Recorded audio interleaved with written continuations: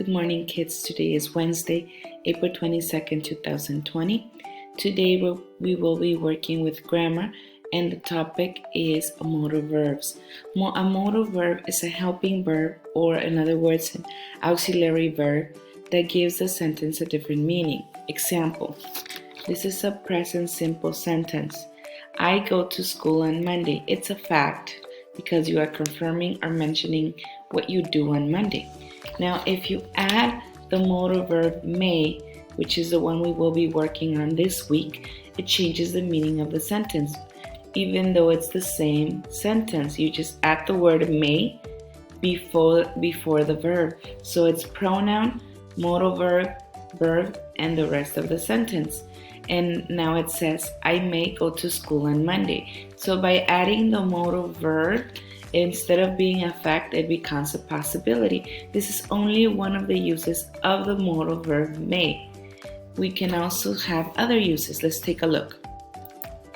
So may can have 4 different uses.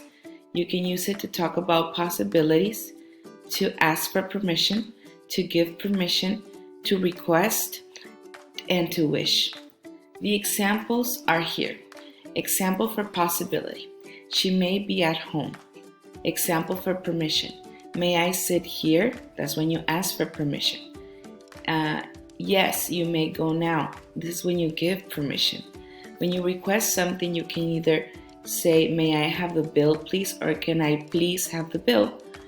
And when you wish, you can also say it in the beginning or in the middle of the sentence, like in this case. May you both be very happy, or you may be very happy, or I hope you might be very happy. I said might, but okay. So these are some of the uses of the word may. So basically it changes the meaning, and the structure is pronoun, modal verb, verb in present, and the rest of the sentence or the predicate. Okay, now it's your turn. In your Great Grammar Notebook, you are going to write 5 sentences with the modal verb may. Remember to use a normal verb in present. Let me give you more examples. Here are more examples. I may play video games, number 1. She may not eat 3 pizzas. This one here on number 2 is a negative sentence. Besides may, you are adding the not, which makes it into a negative sentence. Number 3, they may sit here. Number 4, they may come to our house. Number 5, they may not go on vacation in May. So this one is also a negative sentence. And remember, the modal verb comes before the verb. Okay? So remember to use red pen with your capital letters and blue or black pen with the rest of the sentences, and to include the title and your list number on top. Thank you.